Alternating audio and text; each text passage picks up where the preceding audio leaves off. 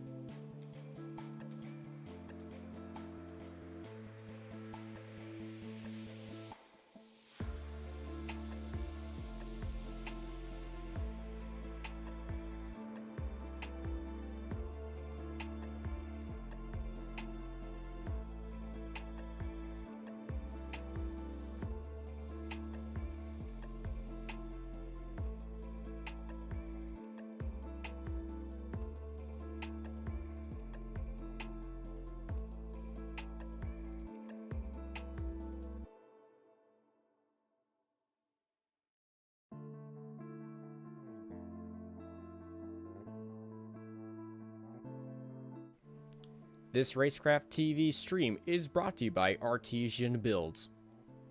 Artesian builds high-quality custom PCs made to order for a low price. Contact Artesian Builds today to get started on your own custom PC as low as $64 a month. All Artesian builds are made live on stream.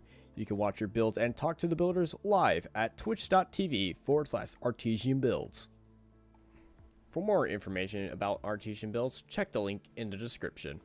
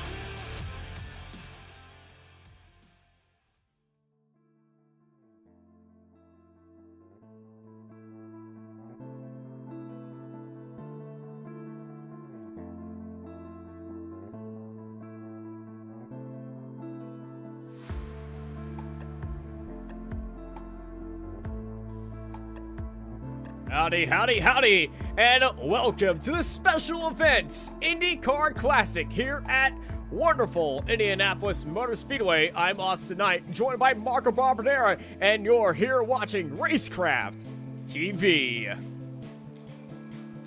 Austin, can I say I am so pumped for tonight? Finally, here on Racecraft TV, and looks like we're in for what's going to be a slobber knocker with the classic IndyCar iRacing at the home of Open Wheel Oval Racing here at Indianapolis. I mean, it's Easter weekend, so a lot of free times on our hands. It's a festive mood. I think we'll also have a feisty mood on the racetrack. It certainly is a feisty mood, festive mood, fantastic mood, fabulous mood, absolutely fantabulous mood going on right now here in Indianapolis and here on Racecraft TV as qualifying is currently going on right now.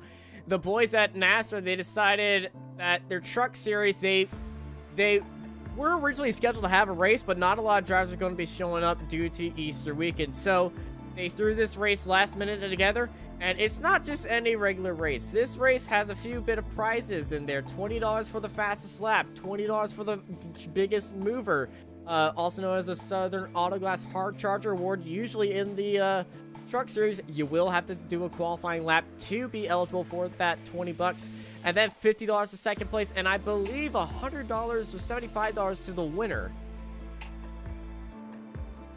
Well, these are surely, you know, it's not just the prestige of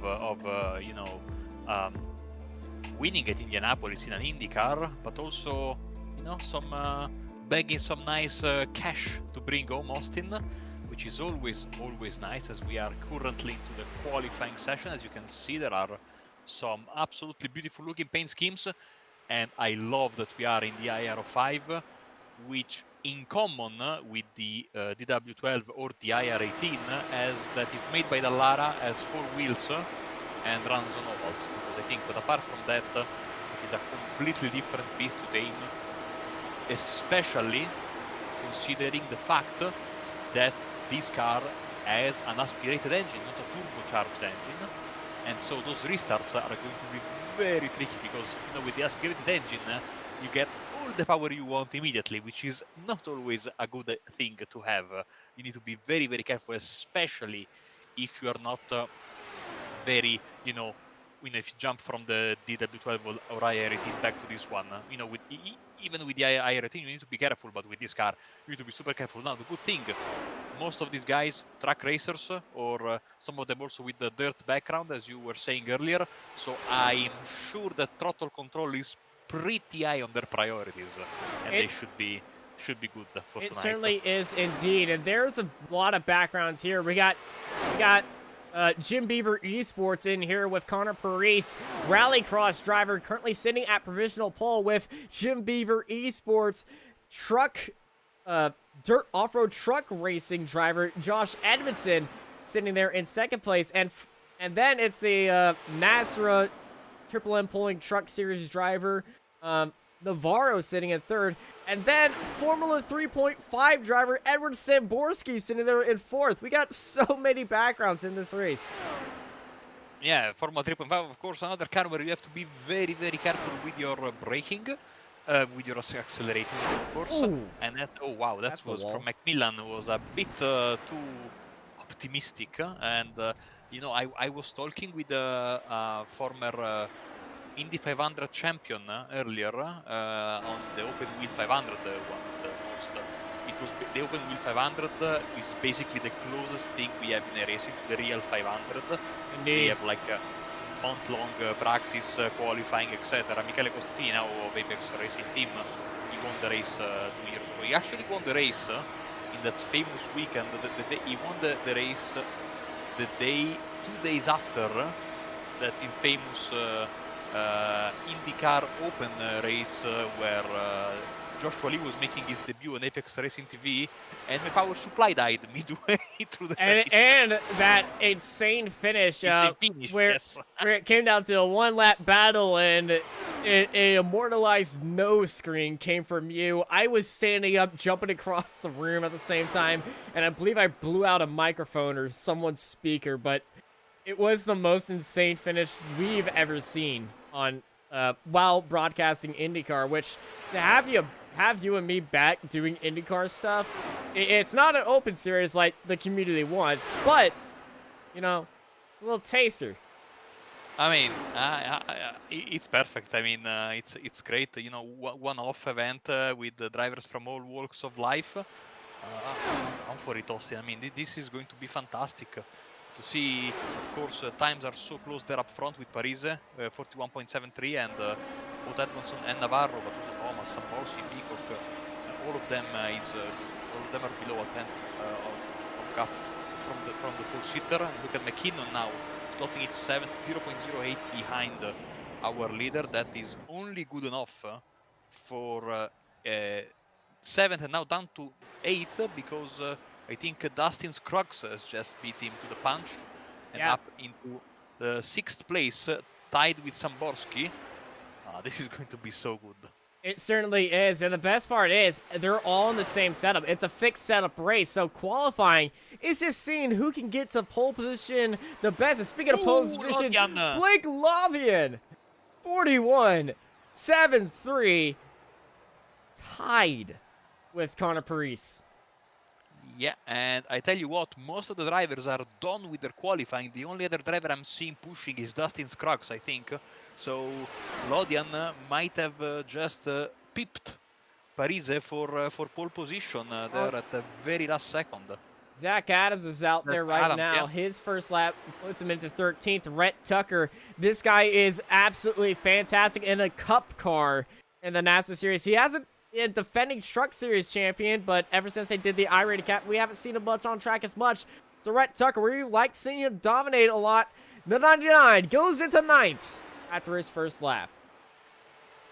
Yeah, good luck for him. Let's see if he has time for another one. I think he will, as we look at Stephen Gregory. Let's see how much time do we have left. We have 1 minute and 40 seconds. Of course, these guys are limited to 2 laps, if memory serves me right, Austin. So. Yep. Unlike the 4, Zach Adams goes 71st as Stephen Gregory goes into a black hole and doesn't do the DeLorean from what we saw from DeLorean in the iRacing Israel special event on an oval. Yeah. You know, oh, look at that Tucker up to 9th now because Peacock Well, back into quick, back into 9th, sorry, because he was overtaken briefly. And who do we have left? Zach Adams, as you were That's saying, it. but I think That would be it. The only driver that hasn't done a qualifying lap is Mike Adamson. Um, and I believe it's the only yeah, it is. It's only Mike Adamson here today. His son Dale is not racing with him. So 22 car grid here at Indianapolis.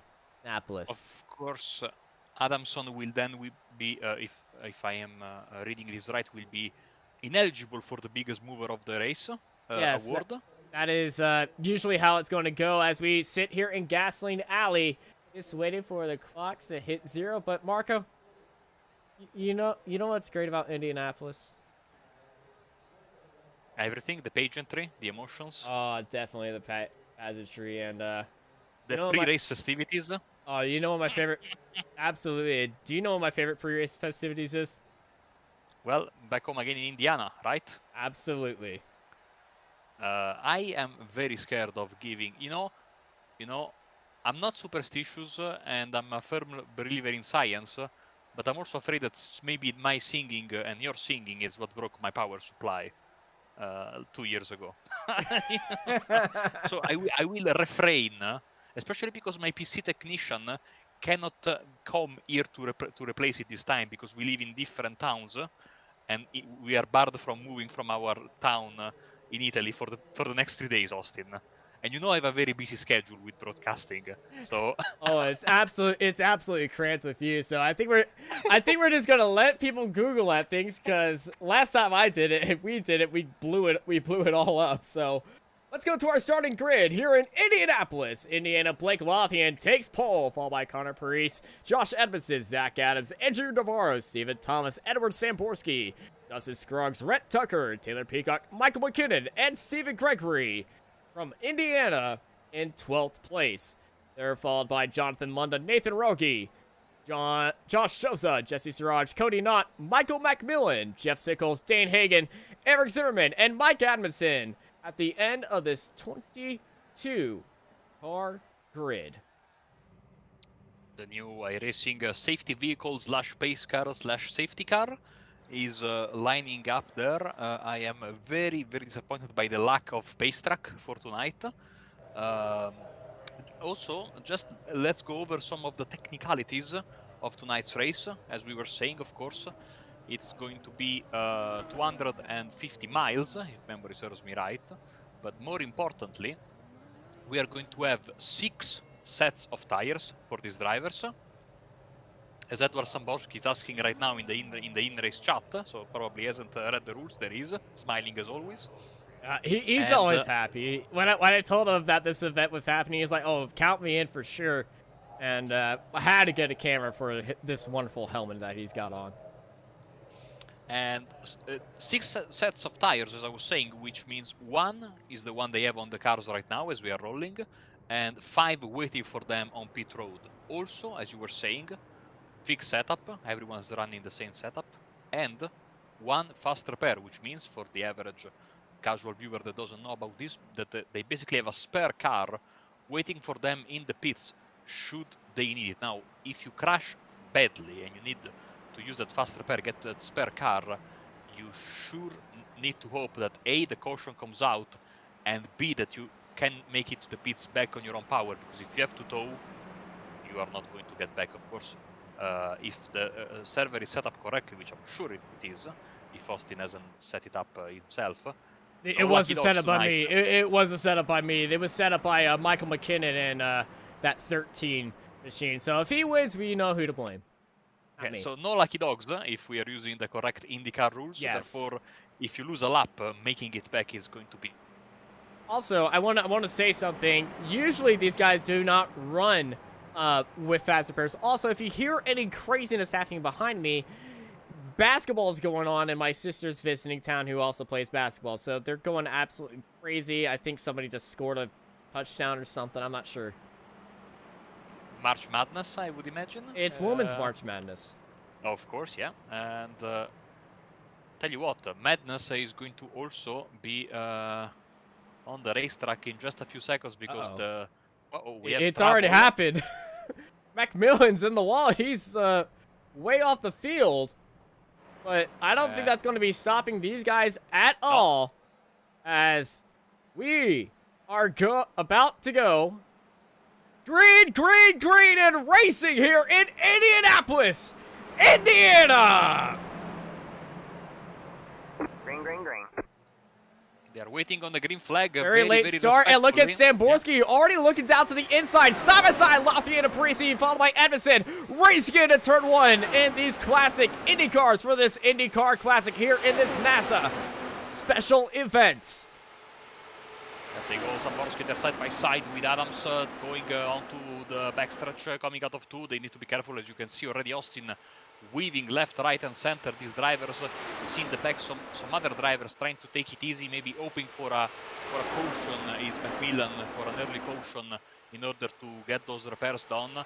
If you get like suspension damage or aero damage that's not in the wings, you need to get a fast repair because they won't repair side pods and stuff like that. First lap is in the books, and already it's pure madness there at the front. Lodi and Paris and Edmondson, the top three, but Navarro, which is one of the chat favorites on YouTube for tonight's week. Yeah, Navarro has a lot of fans in chat from Dan Gallant, his team owner right there. One of his team owners says, "Oh my goodness, what's happening in the background right there?" I tell you what, it's happening a lot. Drivers too wide, trying to sort themselves out, getting into turn 3. The driver we are seeing right now is Tyler Peacock and his closest friends there, which are Jonathan Monda, Stephen Gregory, Nate McKinnon, Michael McKinnon. Nathan McKinnon is a famous hockey player, of course. As they go, I see a beautiful livery there in front of them, which I think should be Marlboro. Would that be NASCAR? Yeah, the classic tobacco livery. And also I see a Target, early mid-2000s, so around this time, Chip Ganassi racing livery from 2004, 5 or something like that. Meanwhile, at the front, Austin, we have a crash at the back for Macmillan.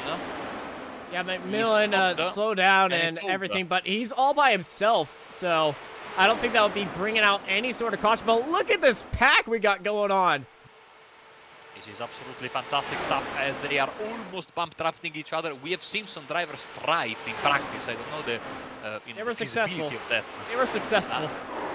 Oh, we got a car getting spun into the wall. Monda. It's Monda, it's Gregory. We are still green. We are still green, and we remain green because he spun into the infield section. We got to replay this. Going into turn one, treacherous turn one.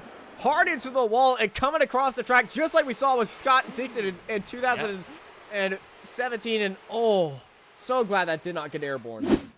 Yeah, we stay green, and that's bad news, of course, for Monda, who has to tow back to the pits. I think he's still going around, and now he made his way back to the pits after towing. So another driver that will surely lose a lap. As at the front, it seems like Lodian and Parisian have temporarily knocked Adams off their backs. Yeah, Zach Adams just barely behind him, but staying into the draft as much as they can because it is a pretty hot day here in Indiana. Track temperature is 117 degrees right now. And with these drivers pulling away at those tires, oh man, it's going to get a bit roasting up there. And the temperature is going to be very low as Samborski getting pushed out wide as Rhett Tucker dives it down to the inside. Almost hitting the wall there was, I think, Scruggs behind him as they come out of turn 4 once again. Getting into the front stretch for the 5th time. Now it's going to be 6th next lap as we are on board with Scruggs, and you can see the new Ed Physics by iRacing pushing wide.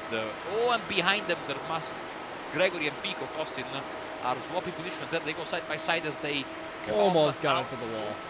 And Macmillan has left the pits after taking his fast repair. He is 2 laps down, if I'm not mistaken. Yes, there is.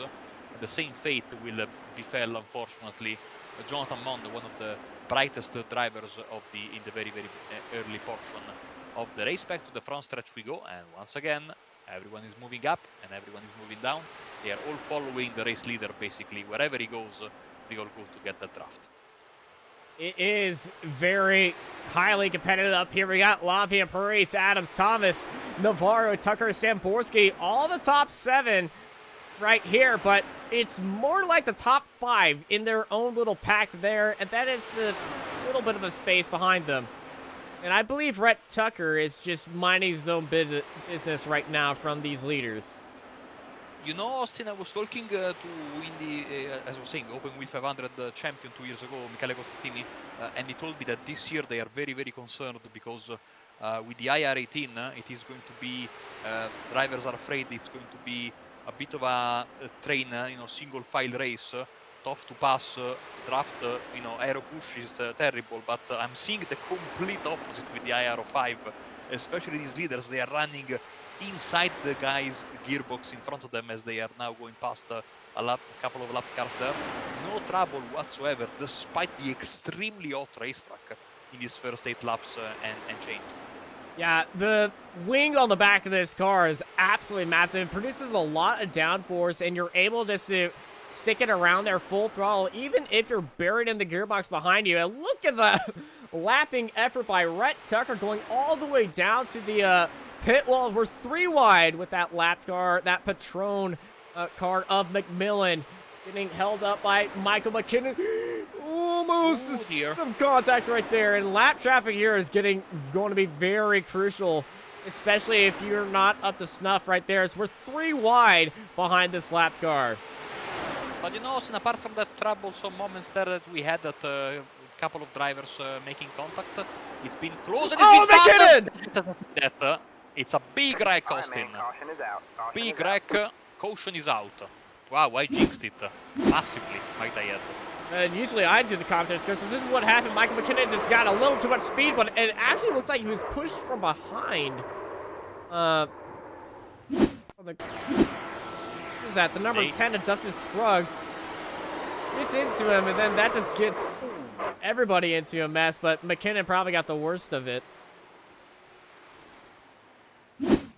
And that's the first caution of the night. As you can see, the Tequila Patron car. Now, all these drivers, I think they got big hits, but they should be able to make their way back to pit road, and in fact they have. Let's see, only Macmillan towed, but for Macmillan, of course, I'm afraid this is going to be his second trip to pit road, and if he used his fast repair for the first one, his night might well and truly be over. Stephen Gregory is okay, came out of the pits after only 8 seconds, got probably the fast repair and a little dash of fuel, and of course for fresh Firestone Fireox, because why not? While Nathan Rogge is not coming out of the pits. So either he forgot to check his fast repair, or he took a penalty, even though if you get a speeding penalty under caution, you get just sent to the back of the longest line. Well, so 10 out of 100 laps. Are we going to be seeing drivers enter pit lane? Yes, we are. And it's the IndyCar pit lane where the cone is actually much deeper into the pits, unlike the NASCAR one. And we do have a few drivers staying out, but most of our drivers are heading into the pit lane here in Indianapolis, Indiana. You're here watching the Indy Car Classic for the NASRA here on Racecraft TV, and we'll be right back after these short messages. This Racecraft TV stream is brought to you by Artesian Builds. Artesian builds high-quality custom PCs made to order for a low price. Contact Artesian Builds today to get started on your own custom PC as low as $64 a month. All Artesian builds are made live on stream. You can watch your builds and talk to the builders live at twitch.tv/Artesian Builds. For more information about Artesian Builds, check the link in the description.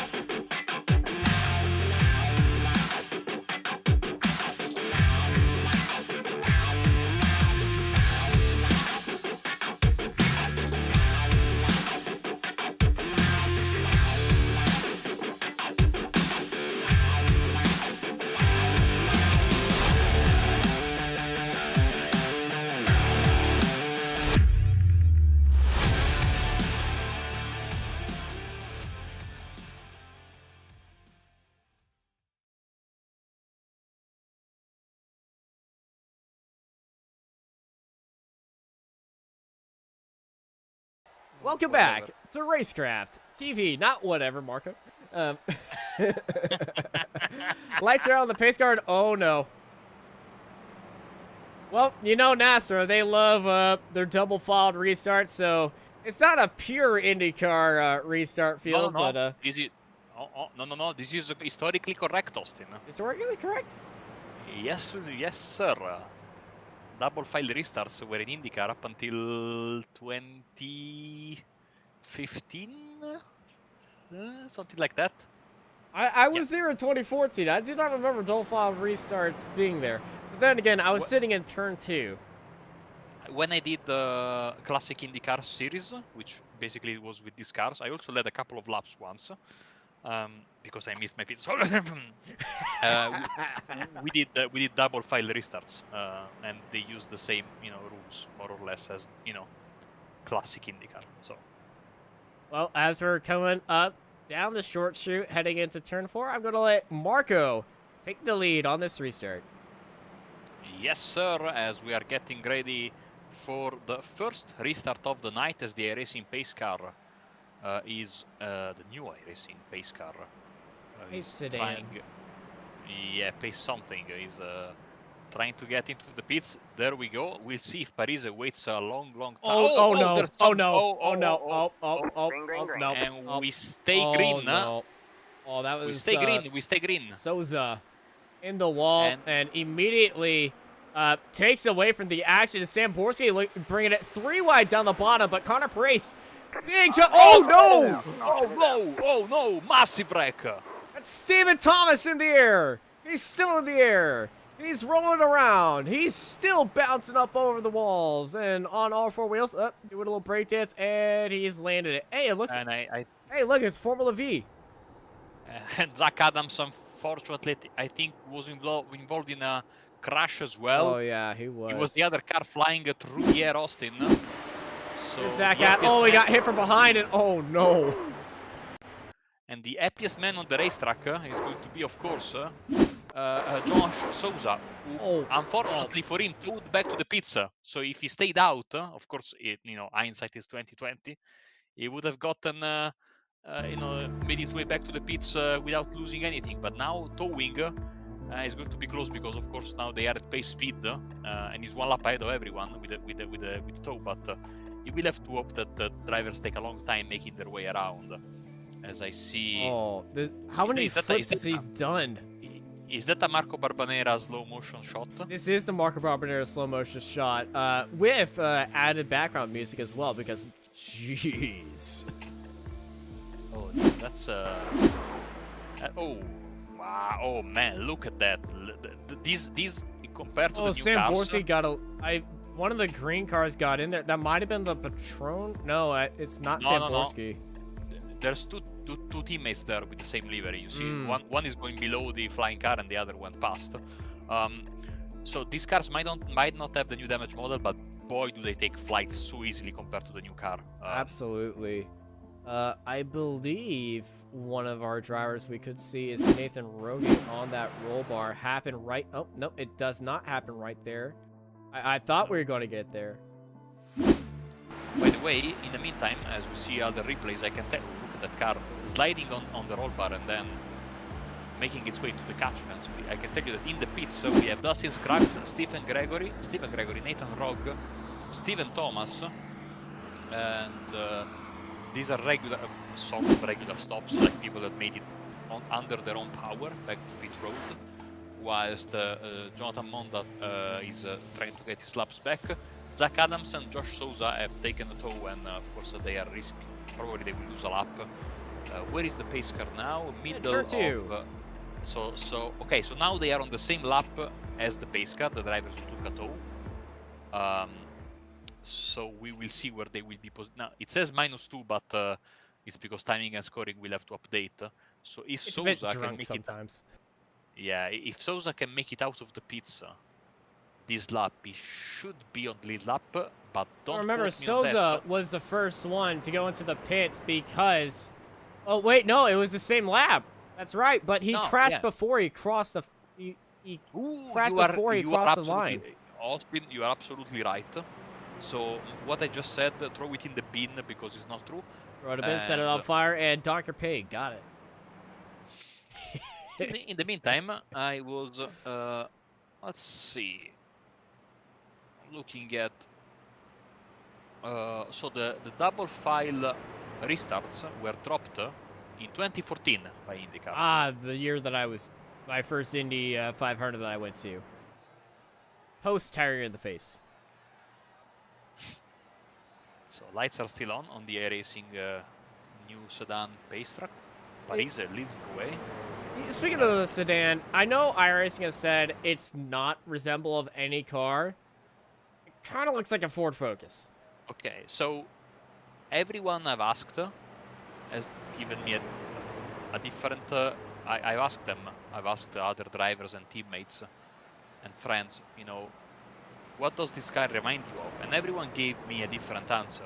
So I guess that they made it so generic.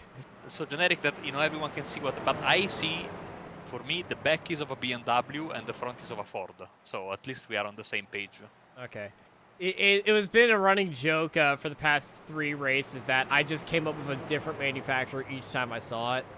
Like one lap it was a Tesla, the other one was a Ford, then it was a Toyota. It looks a bit like a Camry if you look at it like. If you squint your eyes and tilt your head. It looks like a really old Prius. Before they got that aerodynamic teardrop dental dam design. Mm-hmm.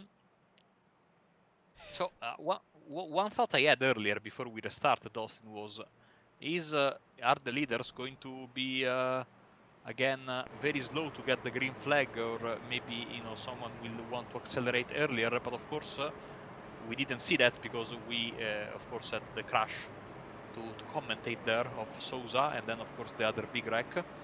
Sousa is still in the pits, by the way. Well, so we're on the the roof of Conor Paris, looking back at everybody else as he is in charge of this restart.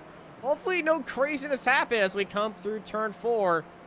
And we are getting ready to go back to green here in Indianapolis. The number 11 is in control of the field, and we're going back to racing. Green flag. And the green flag will drop when those red lights come up. Now there is a line of code to make those lights turn green, but I don't remember where I left it. I'm not smart. Well, for next race, so when you see red instead, imagine it is green. That's the moment where iRacing starts giving the green flag. But back to the action, because Tucker and Navarro are having a little bit of a fight. Now, lap cars will be sent nowhere, of course, given that we have no lucky dogs. So we might see some lap traffic fight their way at the front. Navarro and Tucker almost touching. The Miller light car there now getting past on the outside. He's got wing damage. Look at the front left. Left lane, yeah, absolutely. Yeah. And that's going to be giving him some more drag. And he's already falling just a little bit down. But look at Rhett Tucker. He got a speed moves off of that. And he's on the tail of Conor Paris, the Jim Beaver Esports Rallycross World Championship driver. There they go once again, side by side for third place. Oh, we got a car on the wall. That's one of the Rhett Tucker cars. Dustin Scruggs hard crash into the wall. And we stay green because we went all the way to the left, out of everyone's way. Dustin Scruggs, unfortunately. There is another wreck. I think Taylor Peacock is having problems. We do have the yellow flag, and you said Taylor Peacock. Let's see what happened to Taylor. And Taylor was sitting up there in third, just got a little bit loose into the wall, tap, and it was a big tire rub with the wall. Very fortunately, missed everybody out there, stayed to the very top of the track, held out the brakes, something that I have never seen people do in an open IndyCar lobby, and caution is back out here. But he should make it back to the pits and remain on the lead lap using his faster pair if he still has one available. But let's see what happened to Dustin here, because that was a massive hit on the inside. It was very similar to what happened to James Hinchcliffe a few years ago, just on the outside. That's very risky. He's 3 rows up, just gets caught up by a lot of wind, and oh no. Oh, okay, so it wasn't as bad as I originally thought it was, but he had a lot of momentum heading into that wall. take a toll. Oh. I think, you know what? I think he didn't take a toll, so he should be okay. Yeah, no, he dragged that. Oh my goodness. Get some Eurobeat up in here. You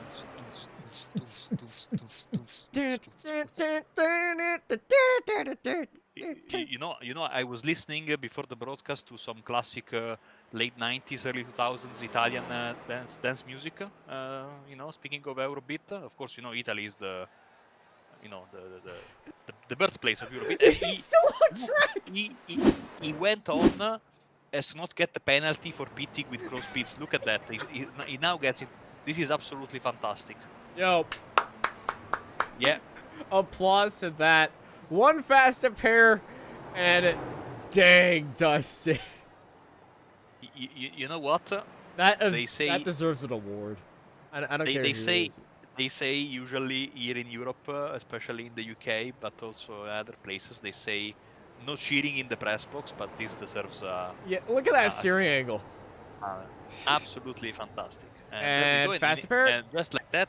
And wow, he's good. Look at that. It takes tires. This is the Italian efficiency of Dallara. They give you a new car straight away. They toss it over the pit wall basically for you to jump in. And thankfully, these wings are stronger Dallara Italian wings than what we see on the F3 car.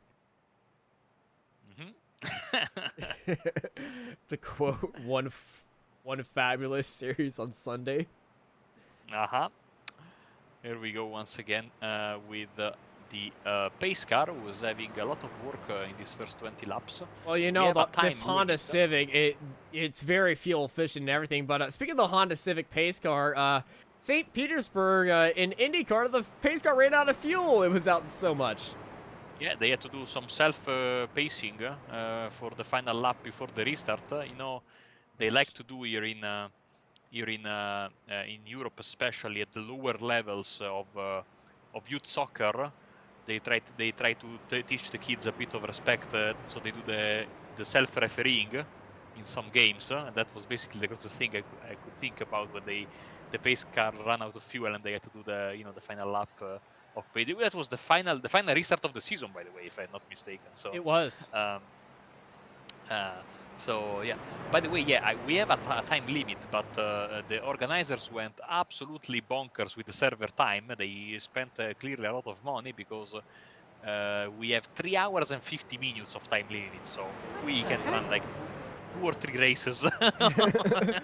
Well, in the meantime. Well, that 3-hour time limit, we have hit it before at Darlington. No, not 3 hours and 50. So we have almost 4 hours. Yeah, we hit, it was Monster Mile, Dover, where we did go 3 hours. It was about every 3 laps there was a crash, and I remember it was me and Joshua Lee in the commentary box, and in the bit, and like, we were taking bets and shots at, like, near the end of that broadcast. So basically, when I host sessions for my leagues, I try to keep it, I try to give some leeway. Oh, wait, granted, there's a wing that is not straight in this field. Let's see. So this has been repaired, of course, the Miller car, so that we know the driver. Of course, you don't need a fast repair, but you need to uncheck it, otherwise you will waste your fast repair. Yeah, look at this wing. It is straight. Oh, one of the wings is just, like, not straight at all. Austin, I know it's late there, but it's even later here, so... Yeah, look at the 94, the 94 wing. Tell you what, it looks perfect. Okay, the rear wing. Now we are talking. Does that look perfect to you, Marco? No, but I thought you were talking about front wings, not rear wings. Oh, this is the rear wing, so yeah. Zimmerman's gonna be struggling. Yeah. You need to be careful at the restart. Yeah, and speaking of the restart, it's right now. Rhett Tucker. It is right now. And Connor Paris. Green. There we go. Paris will lead the way once again. It's a good start for him. But you know, of course, if you take these big jumps, you will leave an even bigger pocket of air to the drivers behind you to close the gap. As we see Edmondson trying to get back to Navarro there. as Tucker is in second place, the mastered colored car of Josh Edmondson with this beautiful red 58 trying to get back. And now, of course, after a good opening stint of green flag laps, I'm sure these drivers want to have now, once again, after all these cautions, a little bit of green flag running once again to get back into the group. Get into the groove of green flag running. Some silly incidents happened. On that restart was just absolutely nightmare fuel, as we saw so many cars just have their own little incident. So I'm expecting a good run right now. Everyone's got a feel for the track, how this car handles the traffic. So, you know, I feel like we're in a good opportunity for a good run, as Navarro's sitting in third. But on the bumper, on the gearbox, is Rhett Tucker to Connor Priest, and we got a special nose cam for this. Oh yeah, Austin has been hard at work to do the cameras for this race, and is not very popular anymore car, but still very beautiful. I think they still run the Classic IndyCar series, which is an awesome championship. Look how close he's going to get. Look how close Rhett Tucker is going to get. Caution is out. Caution, but I see nothing on the event viewer. Oh, I do. Okay, now I see something on the event viewer. Oh, no. Oh, Jesus. Oh, wait, there was I think that was Jonathan Munda upside down as well. Coming out of turn. Oh, no! Oh. Wait, in the catch fence. Oh, Jesus. Oh, no. Jesse Schrag and Jonathan Monda. So, the worst possible crash you can have at Indy is it. I mean, into the worst pit barrier. I mean, he did the nightmare double, because the worst fears of a driver in IndyCars is hitting the pit attenuator at Indy and generally going into the catch fence, and he did both. Oh no, Holy cow, that was hard. Props to the white car for avoiding the drama there at the back, but they went. I think that was Eric Zimmerman that avoided all that mess, but just this initial impact coming across the line and into Jonathan Munda completely over the 15. Is that the 15? So someone got Austin Knighted there. Thankfully, he went through it. The aqua colored car, I think. Oh, it was the 230 of Josh Souza. Yeah. So.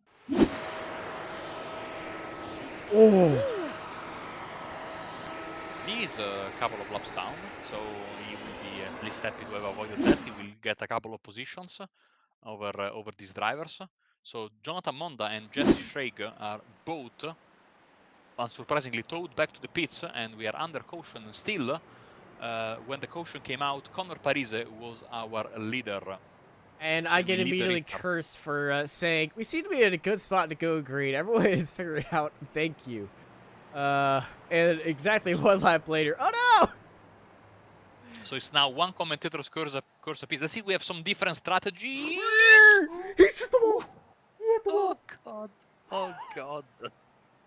We have some takers. Gregory, Lodian, Not, Rhett Tucker, Hagen, and Shrugs. This is a little bit too close for comfort. Oh wow, the simulator on my end he hit it. Thought he hit the wall. Same.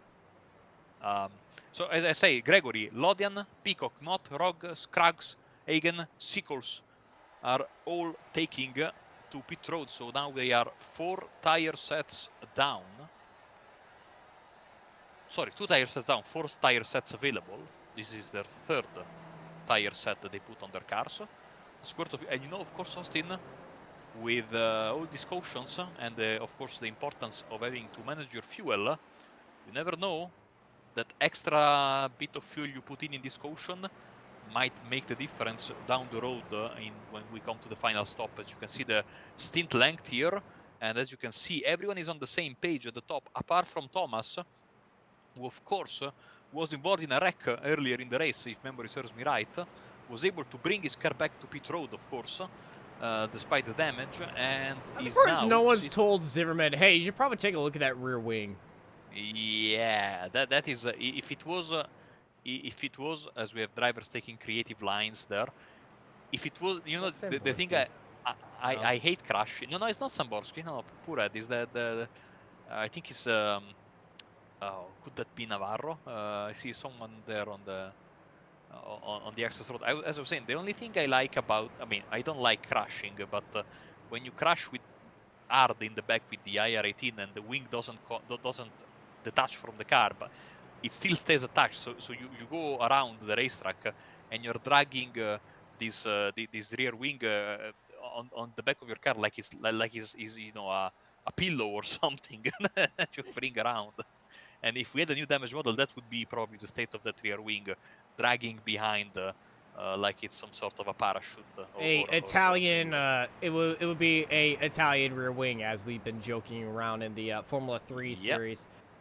What happened to McKinnon? I'm not sure. I think he just had a little bit of a blip, and it just kind of that he's crashed. Not sure. So, lap down situations. We have 19 cars running. Adams is the first car one lap down. He's in 17th. Then Souza, of course, avoided the mess. I don't know how. This previous caution is in 18th, 2 laps down. 3 laps down is Jesse Schrag, of course, unfortunately involved in the wreck. Monda called it a day, unfortunately, after the second hit, of course. No fast repairs remaining for him after flying into the catch fence on lap 20-25. So, well, if you're gonna end your day, if you're gonna end your day, end it spectacularly. Oh yeah, absolutely. Like an anchor, says Rachel Williams in the chat. Absolutely. Just don't get Austin Knights. Yeah, Austin Knighted, which is like it sounds like a good thing. It's not. It's not. It's when you take a tire in the face, or you also crash it on the exit and get crashed on the exit of Daytona, pin it in between those concrete barriers, or completely throw away a top 5 by underfueling the car, or throw away a podium just by hitting a curb at Imola and doing a barrel roll by yourself. I'm pretty sure that's the list of my accomplishments on streams. Flipping at Bathurst? Yeah, oh yeah, flipping at well, that's a given. Enough lollygagging around. That's a green flag racing by Connor Parise, and immediately overtake as Zarek Zimmerman. Well, he's acting like an anchor, dropping all the way to the bottom of the field. Then there's another rear wing doing the anchor style. But Andrew Navarro jumps Rhett Tucker. And when you have a slow car like that, you need to be careful. You don't want to pass him on the inside before the start-finish line. That's going to be a nasty black flag, as they once again snake their way through the backstretch, Austin. So before this second caution, before this latest caution, we have seen the top 4 pull away, as now Tucker is basically glued to the rear of Navarro. This is very uncomfortable. I would not want to be in that position as the number 99 primary Jeep.com machine is trying to make its way past the Miller Light car. So close, and also, of course, the view from the rear wing, and they have Parise there at the front. Parise keeping his cool during all these restarts. Oh, Cody Knott's falling down the field. Something's happened to Cody, and he's just stuck on the outside, dropping far back down the field. Nothing seems to be happening, but, you know, Taylor Peacock and Dane Hagen somehow passed Cody, and this is what's happened to Cody. It was just, I feel like he was just stuck on the outside line, and just, yeah, cars just drove down his inside, and he was just stuck up there. And of course, during the replay, as it always happens, Rhett Tucker passed Navarro, and now McKinnon. Get out of his side! Ooh, this is so dangerous. Almost 3 wide. The car that goes up into the gray area, the dirty part of the racetrack, usually has a very bad 15 minutes or 15 seconds or 1 second, because usually then it ends up in the wall. Thankfully, nothing of the sort so far, but new second place, Rhett Tucker, number 99, as Zach Adams has entered the pits, of course.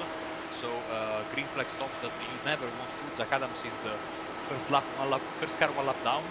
That's going to put him another lap down for sure, given he just went to the pits. As we, well, you know, caution after caution, we're already basically 1/3 of the way through this Indy Car Classic event, NASRA special event. As I mean, the racing when we are green, the racing there at the front, and not only at the front. This is incredibly close. There goes Rhett Tucker. He's going for the lead on the inside on the backstretch, getting pushed Side by side. Navarro. Navarro. Ooh, here we go, Navarro. So Paris is on the dirt side, and here we go. Oh, hard into the wall. Michael McKinnon. Michael McKinnon hard into the wall. If he doesn't pick up speed, he will get. He's going into the pits. No!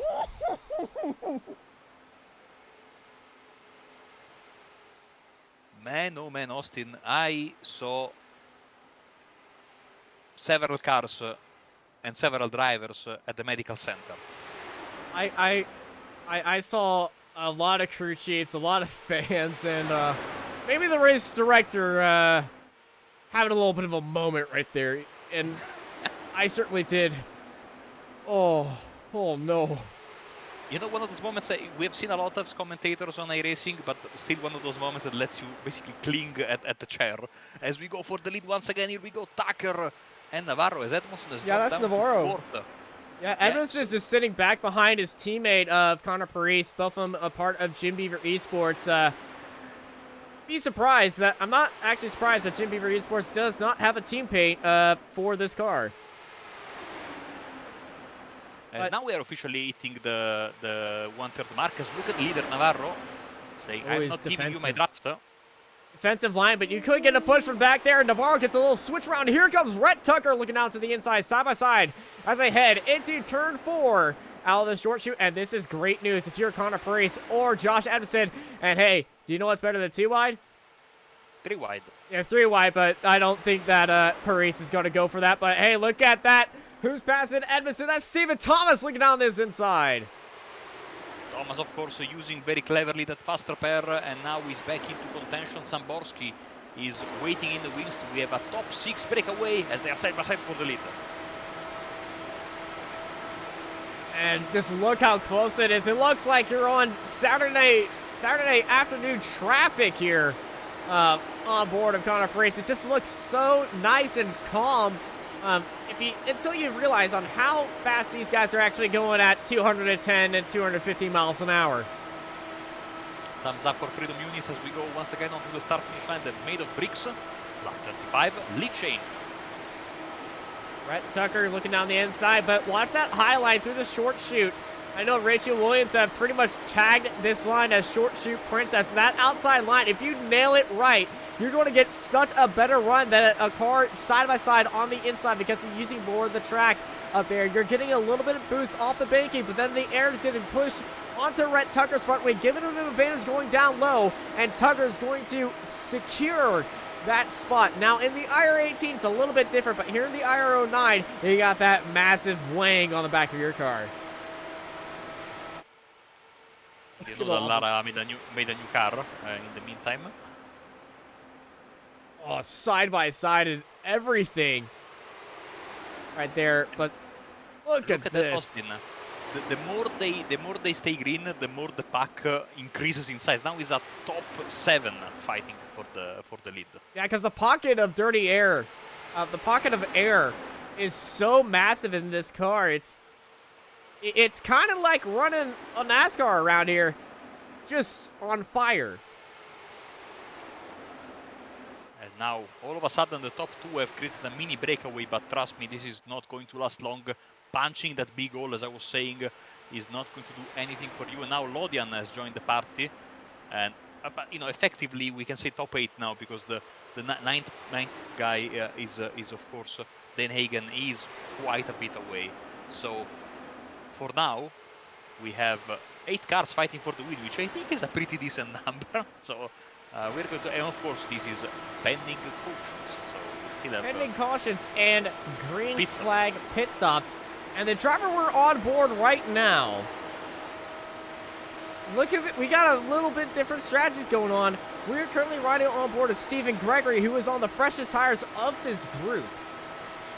And you know, this is one of those cases, especially when you have a fast repair, Austin, that getting that you know, that fast repair and that, you know, going off strategy can really be a blessing in disguise later down the line. So let's keep an eye on him and the other drivers who have pit, you know, off sequence, which, you know, can make for a very, very beautiful end product, you know, and go from rags to riches in the span of a few laps, as now we have tandem drafting, almost you know, Gen 5 style in NASCAR. Two cars, another two cars.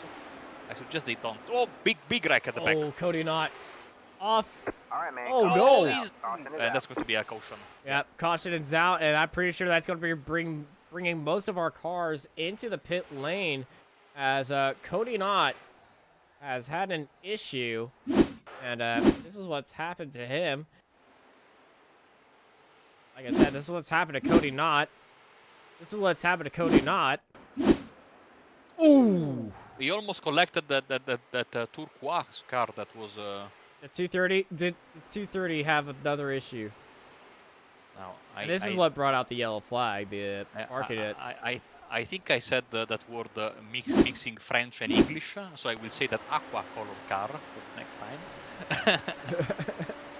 Turquoise? Turquoise? No, it's not blue. Turquoise. Turquoise. Uh-oh, Cody is still struggling to get that car moving. Ask you know, help a pure Italian in the chat. How do you pronounce the word turquoise? We will say aqua. Aqua. But Blue. aqua I'm just car, saying blue. like It's blue. Light blue. It's not blue. The Mint. pace car is half blue. No, it's not me. No, That's a mint Oh, car. could be minty. You know, we are absolutely. You know, let's call up Jimmy Broadbent. No, he's sleeping right now. Yeah, Jimmy's all right. But that looks just like Minty, the famous semi-truck. No. The original Mint is from Super GT. There's a Nissan in GT300, a GT3 car that has been called for many years as Minty. Ignore my phone as it cursed me. It's aqua. See, it's aqua. we get... Thanks, Rachel. Or teal, of course, teal. Teal. How do I forget teal? The classic color of the American sports in the 90s. Everyone was, if you didn't have a teal-colored car, jersey in the 90s in North American sports, you were a loser. As Tucker has beaten Paris out of the pit lane, by the way. Yeah, Tucker winning that battle off of pit road as we're having a battle in the commentary box on which color is teal. No, many teams switched to teal in the 90s, or you know, new teams became teal, like you know, introduced teal when they first were founded. The Florida Marlins, the Arizona Diamondbacks, the Charlotte Hornets. So we also have a new. The San Jose Sharks. So now as we're almost halfway, the restarts have now been set to single file now, which should be a positive change. Kind of. We will get a little bit less aggression in the. No, I feel like there's more. There's gonna be more aggression. You sure? Yeah. I remember American Racing colors used to be yellow. Like back in the 50s, American Racing was yellow or blue. Okay, it's not it's not I mean, basically from what I'm reading in the chat from Michael McKinnon, who now that unfortunately is having to pay the repair bill, has gone back to race control duties. It was basically a mistake, so it's not because the drivers were behaving badly. No, it was single file. He wanted it back to the current IndyCar rules. Yeah, which is of course single file restarts. And if you go back on some old iRacing videos of when this car was around and they used to race, I don't know, at Richmond, Iowa, sometimes even Bristol with double file restarts. It's no. Don't get me started on Bristol. After last week, oh man. I'm still getting dirt out of my boots and I wasn't even there. I love the first attempt at the track race on Sunday. With the leader's car was like in mint conditions. Everybody the second else backward, they were basically like you know, a pig rolling into the mud for several hours. It looks like these trucks were cruising in a mud park and just having a good time and everything, but Unfortunately, a mud park and a racetrack are two different things. A mud park is where you have a good time, drink a few beers, and listen to some great country hip-hop music. And a racetrack is, well, a racetrack. You don't really do that. Because if you drink on a racetrack, when you aren't spectating, when you are driving, well, drinking and driving is never smiled upon, but I do know a few Italians who do it. You know, I'll tell you one thing. I'm a big fan of Peppa Pig, and in one of the episodes, she tells, and I agree with her, that jumping into mud puddles is very fun. You know, I have to agree with you, having done that. And I still do it. Oh, there's Cam Peterson in the chat. Hello to him, and we're getting ready for the restart. As our Kia Optima pulls into the pace, into the pit lane, and it's great, as there's already a mess happening in the background. Yeah, some big tire smoke. Hopefully we stay green. It seems like we are. Navarro has lost a lot of positions. Austin, he is down to 11th place after the stops. He had a very bad stop. 15 seconds he stayed in the pit stop. I don't know why. Maybe he was changing the front wing or the rear wing or something. That was a front wing change. It's much straighter now. So he must have turned off a fast repair to get that up there. Let's take a look around. We got Jonathan Munda looking very nicely. Actually, no, that's Stephen Gregory in the target car. And I gotta be honest, I actually have a model of this target car in my house. Not the number. I had, and I have no idea why it was produced, but very famous Italian toy car producer in the 90s, still very active right now, Urago, made a lot of F1 models that I used to collect as a kid, and they also made, for whatever reason, they made Alex Zanardi's 1998 Chip Ganassi car, based, but they reused, because I had basically all of them, they had each model for each different car, but for Zanardi's car, Champ Car, they used the Benetton, the 98 Benetton as a base for some reason. So it basically was the 98 Benetton with, Target Racing Chip Ganassi colors. And it was beautiful, but it was cold. They couldn't use the name probably and Chip Ganassi Racing or kart, whatever. So if you flip the car upside down, instead of reading, I don't know, Benetton, Ferrari, the car was simply called Laguna Seca, I think in honor of Zanardi's famous overtake from a few years before. I lost everything from that. I was very, very young. I moved the house 4 times, so of course, of all the things that I've lost all of my diecasts from back then. As Stephen Gregory is getting a spot and not losing it like Stephen Thomas did as he stayed on the outside. Gregory moving up the field, currently sitting in 5th place. As Sam Borski, remember Sam Borski, Formula 3.5 driver, is right on the gearbox of Joshua Edmondson. And what in that bright yellow machine, which is reminding me a lot of Simon Pagenaud. Burn your eyes out yellow. Or mustard, as we like, Yeah, the thing is, you can't really do too much mustard here. No, you can. When you enter Coming out of pit road. Coming out of pit road. I'm very concerned for the number 21 car of Navarro. He needs a caution because he's in no man's land, and he has a very quick car. There is a wreck at the back. Oh, Zimmerman! But we will stay green 100% because he's already on the apron, and unless he spins. Oh, he was already in the wall right here. Yeah. This looks like very similar to what happened to Michael McKinnon. He loses the back end. Well, that's when you can say too much mustard. And almost comes out on track right there. Gets it a stop. 3-point turn. And keeps it going. And into the pit lane he goes. As our leaders, led by Rhett Tucker, closely followed by Connor Parise. And look at Sam Borski and Edmondson side by side. Parise looking on to the outside, giving Edmondson a little bit of teammate help. And look at that! Sam Borski falls down some more as Stephen Gregory comes out of nowhere. Yeah, Stephen Gregory is now up to 4th, as you can see.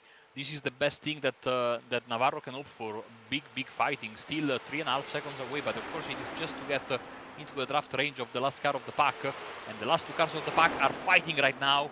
Once again, Samborski and Lodian are going at it. Of course, Lodian are pole sitter.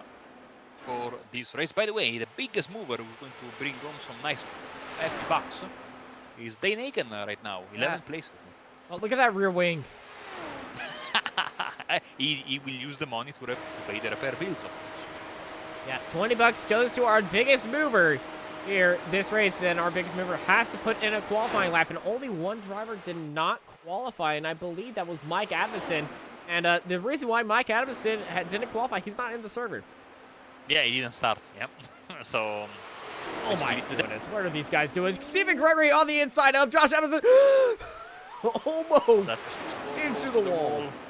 So close and still side by side, and of course this will give the leaders a little bit of a breakaway. They need to sort themselves out very quickly. This chasing pack as they go all the way down to the wall. Tucker defending from Paris, and behind we are on board with Thomas, who has the best seat in the house, but not a very safe seat. This would clearly be some squeaky bum time if I was in this position, as they are now approaching the halfway mark of the race. And let's see who's going to be our halfway leader. Oh, where did Lothian come from? Oh man, that reminds me out of Marco Andretti's car. Hopefully he doesn't flip. Like Marco did in a few years ago here at Indy. Blake Lothian, that Texas Law Book 59. He's had some success in the Triple M Pulling Truck Series. That is usually going on at this time. Next week they will be returning at Pocono, but you know he's trying his hand at open wheelers right now, and he's doing really good. And by trying his hand, I mean everybody else is trying their hand as well. That's why we're here. So we have 12 cars on the lead lap, which 3 wide. Yeah, 3 wide there for 56th and 7th. Navarro is closing in on these leaders. Now 2.9 seconds, so he's on a good track. He's on track to getting back to these guys, especially if they keep on fighting, especially the back end. Now it's 3 cars fighting at the end of the lead pack. Thomas, Samborski and Gregory, and now once again attack for the lead, poking his nose and still in the back side by side as we have a pass for the lead. Parise takes advantage and Lodian gets past Edmondson. Edmondson gets past Lodian. Man, these guys are... Oh, and now they will have some lap traffic to contend with. That lap traffic, I believe that might be Zimmerman. It's a white car. Could be very well be him. And looking down the inside, here comes Rhett Tucker on Connor Parise. Connor Parise stuck in the line of fire. Oh! Almost touched and turned Rhett Tucker right there as trying to take evasive action. And it's a bad line for Blake Lothian as he's now stuck, well, pretty much throwing the anchor overboard and a little bit slow, lombless down the straight as he falls down to 5th. Austin, Navarro almost gained a second on the leaders in this lap. Oh my goodness. Of course, all these cars here in the lead pack are the point of the knife, and Navarro is the handle of the knife. So basically, the lapped cars will already know that they have a freight train coming when he's coming to pass them, and there's only one, so he has all the track available, the lap traffic to stay out of his way, whilst these leaders, not only they are fighting against themselves, they're also looking for a spot to pass the lapped car. And now 1.6 seconds, Navarro is back in the fight. Navarro has, that is Thomas taking a very aggressive look down the inside, almost colliding with Lothian and Edward Samborski having to take evasive action. They're still side by side. Coming out of turn 2, and look at Gregory looking down to the inside of Samborski as the back four of this knife getting a little bit wider and getting a little bit more feisty. And look who is there. Yeah, that Miller Lite car of Navarro with the Lando Norris helmet is basically, in the draft of Gregory and Samborski. So job done for Navarro. He needed a little bit of help. He got it. He pushed hard, and now back in contention to bring home a very good result. So the victory is there now. Single fight, but of course now they go to the backstretch, and you will see everyone will move. No one will move. Oh, what are they doing, guys? What are you doing? They're being safe. They're halfway through the race. You know, usually it's the opposite. You are safe at the beginning and aggressive at the end. Oh, Gregory, no! Big wreck. And you were saying? Gregory is Oh no, off. Navarro's slow. And Navarro. And I think they made contact, Austin. And Navarro is crabbing. Oh. Oh, Oh Jesus. no. And this is what's happened to Stephen Gregory. Navarro catches up there and then just... And underneath with the back. If he has his faster pair still, he should be okay. He does have a faster pair. I believe Because so, but caution back out here in Indianapolis.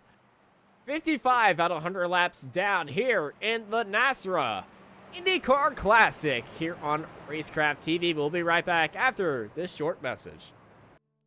This Racecraft TV stream is brought to you by Artesian Builds.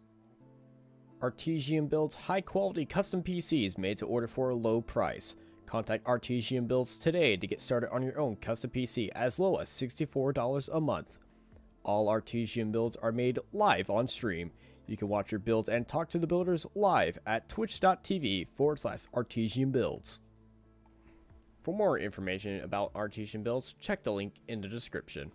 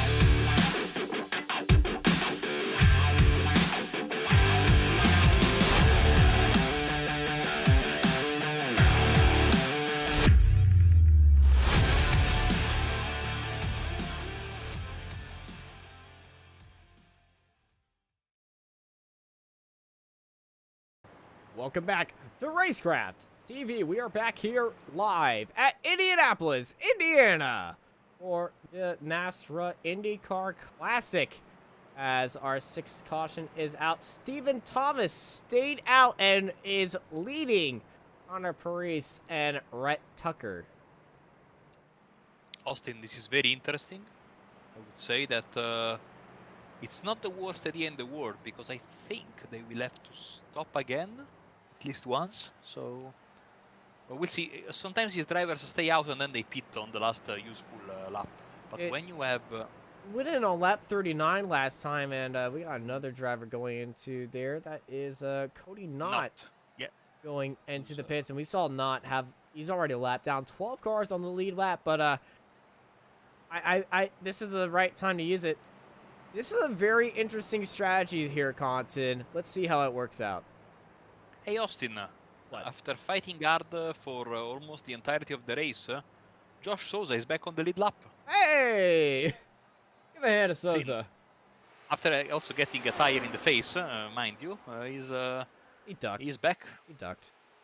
Yeah, I did an Alex Zampedri at Indy 96, I think, when they had the... no, it was Guerrero who ducked when Zampedri went flying into the catch fence in the final lap. There have been a few bit of motorsports ducking incidents. Poor Paul Page.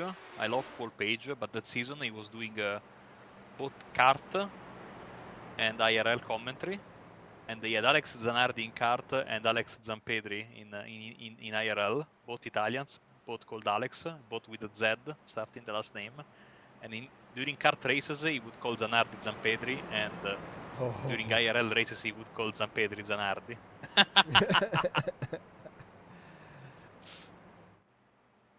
Of course, that was when Zanardi was, a new kid on the block. Of course, then 97, 98, there was no mistaking him when he won the titles.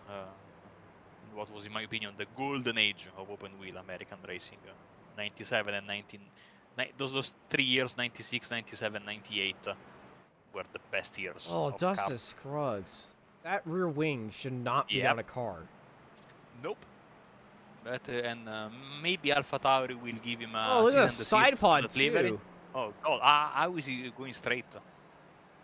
He stopped 7 times, by the way, so I think he's out of fast repairs. Well, I think he's out of We have fast something repairs. We'll already find out because we're green flag racing. Yeah. And Thomas pulling away, and we'll see. Of course, he will opt for a long green flag run. And maybe a caution in around 20 laps, so that will push the reset button, force everyone to pit, including himself, of course. We shall see as we're on board with some bots. We can see the back of his helmet finally. Yeah. You never see it on. It's like a little bit of a barcode, I think. Yeah, yeah. Maybe like the barcode on the back of the head of Agent 47. Yeah, of Hitman. Yeah. Yes. I'm a hitman aficionado. I can let you know on that one. Oh God. Lap 59 starts in this very moment. Thomas Parise crash for Zimmerman. Where is it? Oh. How did we not go into yellow right there? Because iRacing is weird. Oh, I can tell you why we didn't go into yellow, as this is a gnarly clash. No wheels were on the track. Yeah. Oh, Parise for the lead. Parise. Passing Thomas side by side. Here we go. Pass for the lead, and in the meantime, there at the back. Here's Red Tucker. Ooh, here comes Tucker, and Thomas, of course, with his older tires, suffering a bit, but this is good. He needs to stay in this train. Stephen Thomas definitely needs to be in here for at least 17 more laps. Being in the lead right now is not important to him. It's good to be in the lead, but it's important to stay in the lead pack, hope that the cautions fall at the right moment, and he will be with a ticket for the victory in the end of the race. But top 6 in their own little pack as Rhett Tucker and Connor Priest slicking side by side heading into turn 3. Now, of course, when you have competent drivers, this is not the worst thing in the world. I mean, you can absolutely do this and maybe gain an advantage. But of course, with such pack racing, you go 3 wide immediately because the cars behind don't want to play your games. Yeah, speaking of games, Blake Lavian getting a good game up there, up in a second. As Connor Priest falling down the field as Stephen Thomas looking down his inside. Now we have a car there, Thomas outside of the draft, everyone else more or less single file. He slots back in P5 behind Samborski. Now takes a look at the inside of the F3.5 specialist, but decides to not force the issue. Again, this is perfect for him. Taking a look at Navarro, now has to do it all over again, basically. And he's staying in the pits for 30 seconds, so I don't know if he had a fast repair or not. Does not. Look at that rear wing. It's a bit misshapen. Yeah, so we had, as a long-time IndyCar driver, especially the DW12, we have campaigned with iRacing for a long time to have replaceable rear wings. Especially because Montoya won a race here having his rear wing replaced. That was put very late in the very late in the life cycle of the DW12, the replaceable rear wing. So I highly doubt that iRacing has gone back and put this in for this car here. So if you have a bent rear wing, deal with it. You're not getting it repaired. Yeah. It's going to be like that, and I totally understand iRacing's decision. It is a legacy car for a reason. Yeah, and also, I mean, the DW12 had a nice thing that you could remove the entire block, so it was very quick, because usually in real life open wheel racing, replacing the rear wing, not an option.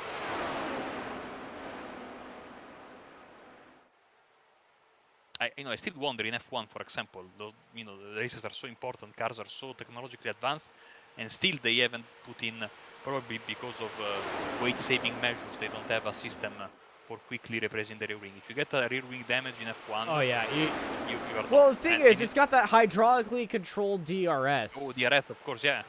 And the flashing rear lights, so you're going to have to unplug some stuff there. Yeah, but even when they didn't have that plate, it was like... Oh yeah, it was always like that. But the front wings are pure interchangeable. Just get some Allen keys and boom, bap, bam. And speaking of boom, bap, bam, right tucker around the outside. Boom, bap, bam up into first. And now Parise will take a look at Lodian, and he will actually overtake him temporarily on the straight. Let's see if Lodian having the inside, if he will... He's getting a little bit of draft health from Rhett Tucker Yeah. on that inside line, and that draft health is helping him. But Parise, we know on how efficient he is when racing. You know, you are not a world championship driver by mistake. So... Samborski getting pushed all the way down to the pit wall. Somehow stays out of contact with there, and I think he's going to give Parise a little bit of his mind. And knowing Samborski, okay? He's fine. But knowing Samborski might have a little bit of damage. He's dropping a bit of speed. I don't know if that is because he had to lift and lost a bit of momentum. I think he just had to lift. But, I know Samborski. If you race him wrong, he will let you know, and he will give you a hard time about it. Yeah, this has been his mantra in interviews over the past few years. Every time we interviewed him, he said, "I just want to go fast and race hard." Especially when he's not fighting for the championship, which there is none tonight. It's a special event. Last championship was absolutely insane. Last year in the Formula 3.5, greatest series on iRacing. Just saying, not biased. No, not one bit. No, when the championship comes down to 1 point, it's kind of a SOF official race championship for the season. That is insane. With iRacing's convoluted point system, so it's doubly difficult to have. It took us about 7 minutes after the race to actually find out who won. Yeah. And once we found out the actual results, we still didn't know. Exactly. Lothian, look down the inside. Not gonna happen. Of course, Lothian, the poor sitter. -1 for him, -1 for Parise, +8 for Red Tucker. We knew it was going to come out eventually during the race. +3 for Samborski and -2 for Edmondson. Steven Thomas with his weird strategy, effective strategy, is back where he belongs, 6th place. Oh, back where he started. Back where he started. Now, Lothian's wide Lothian into the wall. Oh, I don't think he hit the wall. I just think he went. No, he smacked it. He smacked it. You sure? He smacked the wall. End, huh? Well, let's see. In the draft now of Parise, the car seems to be fine. The car seems to be fine. Oh, he's actually turning a little bit left. Oh, now. Samborski! Oh, Samborski! Samborski, another driver, of course, that knows how to win in big races, knows how to win the big SOF races, and he made that move. Look how happy he is. Oh, he's just having a great time. Oh, Lodian is dropping spots now down to 6th, so maybe he has got damage, Austin. Maybe you were right. At losing contact with the back of the pack. Here, yeah. I believe that he might have a little bit of side pod damage, but I think it must mostly be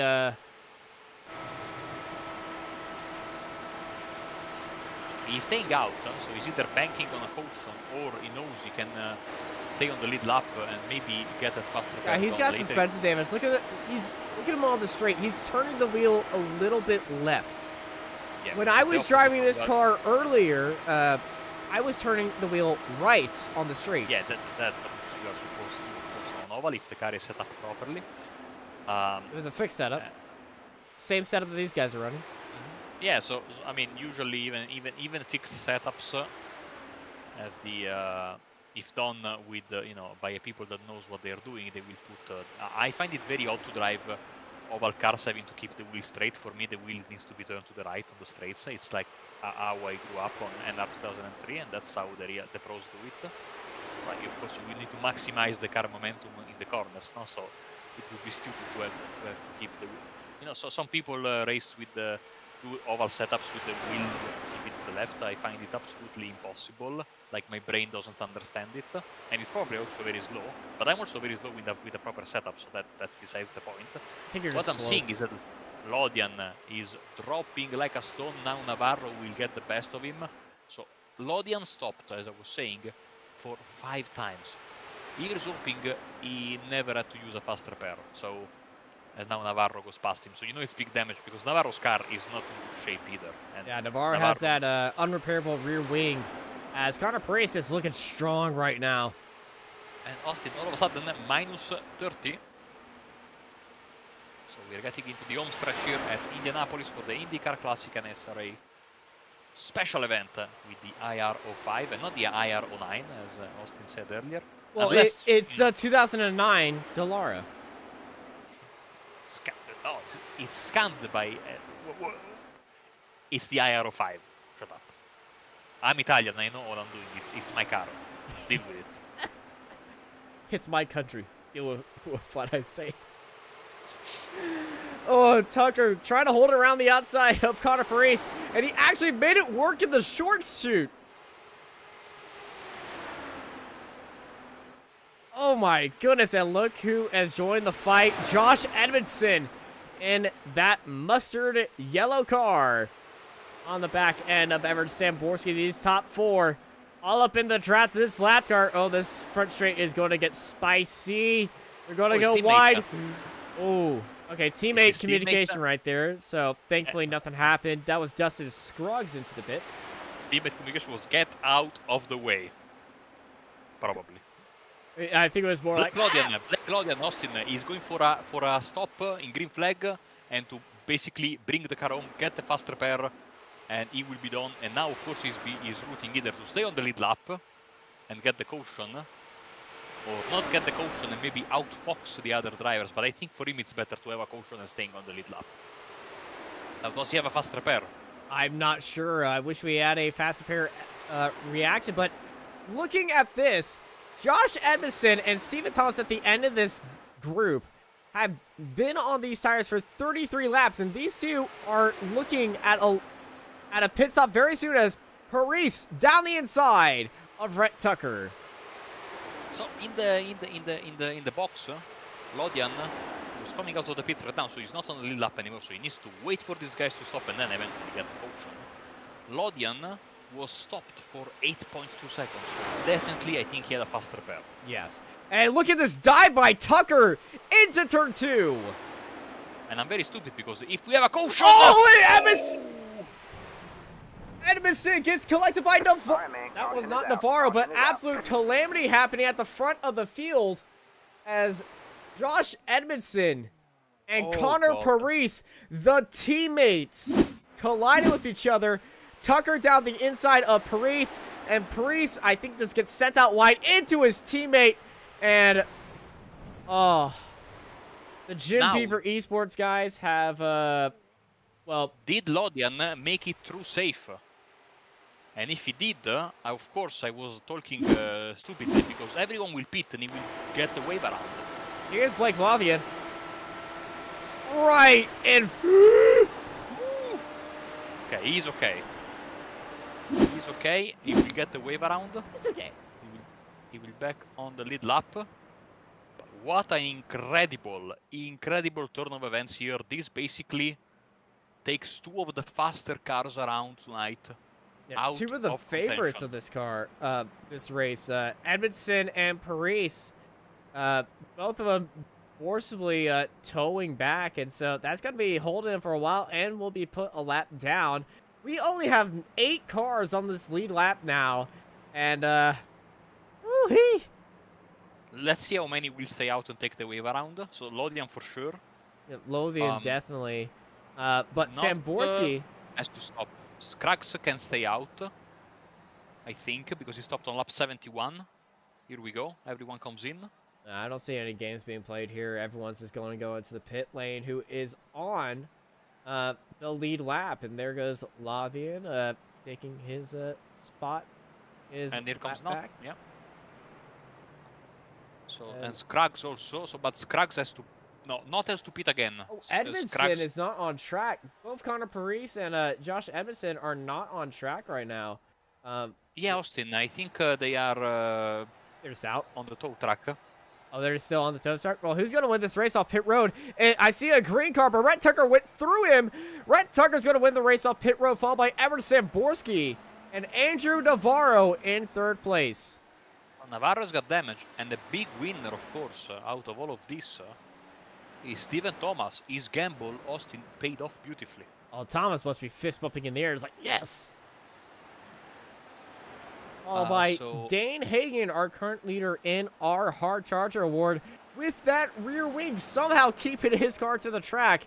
And hey, I gotta say, those NASA engineers that are sponsoring his car definitely know a thing or two about rear wings. And they know what they are doing. It's working. It is working. So both the Jim Beaver Esports guys are out of this race, and they have disconnected. Yeah, so that's full it on for them. out. They flipped the table. So a quick tip for our viewers who maybe are not familiar with the STK gaming software, which I can tell you, and I'm not biased because I'm totally not, also that, but also I'm totally not technical assistance in the technical assistance Discord. When you see out, it either means that the driver is not in the car. That could be maybe he's towing and he's looking at the replay, waiting for the tow to finish, etc., or typing in the chat angrily, or he has disconnected. So if after a bit of time it still says out, it means the driver is gone. But for example, compare that to McKinnon or Schrag, who are both patiently waiting their repairs in the pits. Schrag has been there for 50 minutes now. Gotta love the commitment of Jesse Schrag and Michael McKinnon. They have not left. They are still there. I see a new wing on Asia Navarro. Okay, so this is good for him. This is absolutely good for him. We might have another contender then if his car is feeling fine. And Edge Navarro's had the most damaged car of all the leaders. He had that front wing incident, and now he's got that new wing on there. So he's been choosing carefully on how much to get damage repaired. And we've seen him close massive gaps, and Navarro is looking like a favorite right now. And we will take the restart with 23 laps to go, Austin. This means that the ticker on the top left has changed from the number of laps to the number of laps to go, and usually this means it's time to get serious, down to business. To the business end of the race is when the ticker there changes. And of course, I love the functionality of this new timing tower, because at the end of the race we will get the unofficial results, it will say, and show the cars as. It's like the boys at STK Gaming, I have to say, have done a fantastic job with these oval graphics. I'm not biased. I'm slightly biased.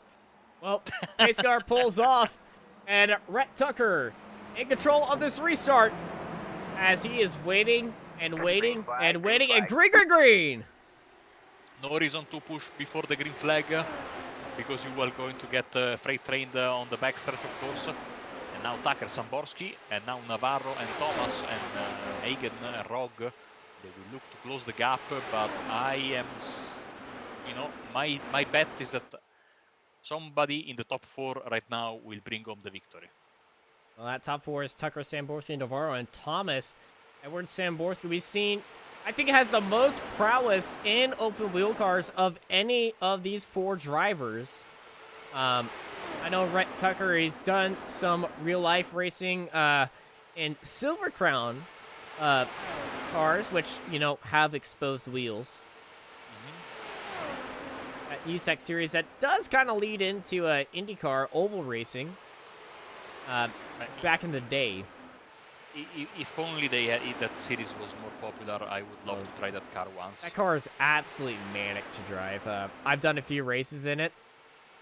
Woo-hoo. Tucker, Samborski, Navarro, Thomas, your top 4, and they have taken a big chunk out of the 2 seconds rest of on the field. Rocky behind him. Rogi. I'm forgetting how they're how people ask me to say their name. Okay, I've been calling you Rog all night long, so... Don't worry. I've had a few seasons mispronouncing his name before he told me it's Rogi. It's Rogi? Okay, perfect. Great to know. Now, Lavian, I still cannot say it right. It's Lothian. It's a region in Scotland. You know? Oh, that's why I do not know it. I'm not Scottish. There's a famous song by Marillion. No, I was born with the heart of Lothian. Okay. So top 4 have officially said goodbye to the rest of the field, as we will take the 20 to go. This time by. At the stripe, yes, yes, and of course, as they like to say, 20 to go and no friends to show. And there are clearly no friends in this top 4. The two teammates, you know, unwillingly and unluckily took out each other. So I think he's every man for himself, unless I'm very much mistaken here at the front. Austin. Now, Navarro is falling away from Samborski and Tucker just a little bit. This might just be the dirty air coming into effect right here. But there is a small gap forming between them. And Samborski and Tucker, if they start working together, that gap's going to get bigger and bigger and bigger and bigger, because if Thomas gets a little bit aggressive, Navarro might be looking on the outside of this podium. Austin, I don't think, even if they do some perfect swap drafting, I don't think that the top 2 will be able to get away. Look at that once again. As soon as they start to run away, that pocket of air immediately drags Navarro and Thomas back in. So speaking of, we do have another open wheel specialist, Andrew Navarro, F1 racer. Of course. So I mean, iRacing World Series racer. I need to say that, not F1. As that's will get me in trouble again. MP4-30, which is totally not an F1 car. Probably not a McLaren F1 car that has a GP2 engine in it. It's a Grand Prix World Championship Series car. Deal with it. And now all these drivers, nose to tail, as they fly into turn 1. And you can see this track is extremely worn right now. That line that they're taking, very well defined, thanks to iRacing's dynamic track model. Can we have a look at the track temperature right now, Austin, if it has changed or not? You know, it was 117 degrees at the start of this race. It's 118 degrees now. 74 degrees in the air, 61% humidity, partly cloudy with a dew point just a little bit above 1,000, with a small 4-mile-an-hour wind gust looking about southwards now. Here in beautiful Indianapolis, Indiana, as Navarro jumps down the inside of Samborski for second place. Okay, and of course, for those who are new to this, at this point in time in the race, Austin, for these drivers, especially the drivers at the front, the race has changed from being just a race to being basically a game of chess played at very high speed. Every move you make needs to be very, very well executed, needs to be the right move, and if you hesitate or if you make the wrong move, you go to the back of the train. And it might seem to be easy to make up 3 spots. It's completely the opposite. It's very, very difficult. Navarro seems to be want to make these moves early and aggressively, and try to get the job done, and maybe get himself into a prime position, maybe in second place instead of first. But of course, if you stay in second, you need to look back in the mirror. Thomas seems to be happy where he is right now. The strategy is working. He wants to bring it to the end. We know that Samborski is absolutely not a driver that's going to let this one slide. He wants to. Samborski is thinking tactical about this. He's just going to let this one come to him at the point. But he knows Navarro is looking hungry. Oh, Navarro already looking for a move. He's riding on the gearbox. But look at Thomas looking down the inside of Samborski. And you said he was feeling happy where he was. Well, of course, but now he wants to be happier.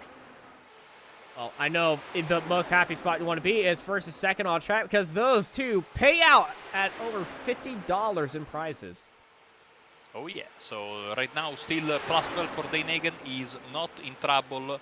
Closest rival is Jeff Cycles. Is in 10th place, plus 9 for him. Navarro plus 8 for under pressure. Not and plus 8 for Tucker, but Tucker cannot overtake anyone else, of course. And ooh, Thomas falling back from Navarro. Looked on the inside, but coming off that exit had a little bit of a wiggle as they go down that front straight, and falling back just a little bit. But watch this run by Thomas. If he could keep this car in control right now, he is going to be flying past Navarro. Thomas's car is going to need a little bit of Mr. Clean after the race. That's why you don't race with a white car on ovals. Or white car everywhere. And Here we go, Navarro fast for the lead. into the lead. Now, is this too early, Austin? I don't know. It's not the IR-18. The IR-18, we've all experienced that draft pull that car has. This is a much different draft pull because you can't really slingshot this car as efficiently as you can with the newer car, where you can have some cars doing it lap by lap by lap, but when you're in a train, that aero wash just absolutely tears that car apart. This car very plants to the ground. $100 to win, $50 to second place, and $20 to third place. $170 grand prize here, prize pool here in the the NASRA Indy Car Classic here on Racecraft TV. Minus 12 when they cross the start-finish line made of bricks, which is going to be now. And Navarro seems to be able, for the time being, to hold on to this first place. But of course, we know that this is not everything that Tucker, Thomas, and Samborski have. They surely are thinking of something to do. Is doing big brain things right now. I think he's waiting. I think he's sensing that these drivers will not be able to finish this race. He is maybe trying to pull a Bradbury. And you know, of course, when it's time to go for broke, you have to go for it. But on the other side, Austin, if we have a caution with 3-4 laps to go, we might not get back to green. And so if there is a wreck in the back or something like that, of course, this is I love this. I know finishing under yellow is not the best thing in the world, but it's better than green white checker because hanging back and hoping for a caution needs to have its drawbacks. So indeed.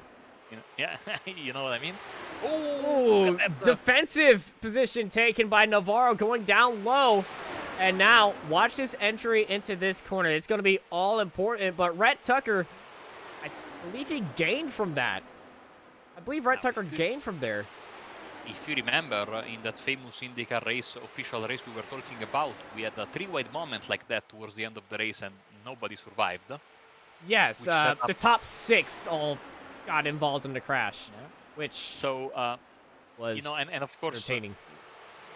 Of course, you know that if you go 2-3 wide there, the car that's on the inside needs to be, especially at such high speeds, it's so easy to get a false positive contact, and of course you need to make the corner. Dustin Scruggs is having issues, and he jumped to the pits, so we stay green. Good job by him, as I think he lost it. Coming out of 3, hitting the wall. That rear wing was already in a second end shape, and Tucker losing a bit of ground compared to Navarro. Navarro might have hit the jackpot, but I'm not sure he can pull away much more than this. And these 3 guys behind him, of course, giving each other the draft in time, of course, and eventually they will close the gap as we have a pass. Jeff Sickles has just passed Cody Knott because Cody, unfortunately for him, is taking a trip down pit road, so miscalculation on the fuel probably, or some trouble. In any case, it should be okay because Scruggs is the guy behind him, and he just crashed. Scruggs just crashed. So no one can pass him. No one can pass Knott, of course, right now. So good call. So this pretty much, Sickles is now plus 10 compared to Hagen plus 12. So should something happen to Hagen, we might have Hagen a different. Does have that rear wing damage. He's still 12 spots up, but Jeff Sickles is plus 10. If he passes Dane, there will be a tie and the biggest mover. Yeah, so Dane needs to be in that case. We'll probably have to ask the organizers for the tiebreaker criteria. But let's probably go back position. to the front. Yeah. Would you go to Jeff? I mean, that sounds very reasonable, Austin. Or they split it. I don't know why I was thinking about qualifying position, but of course, it's much easier to do it like this. Navarro is pulling away, Austin. What's going on here? Navarro, yeah, he's just pulling away. I think I might know what he's doing.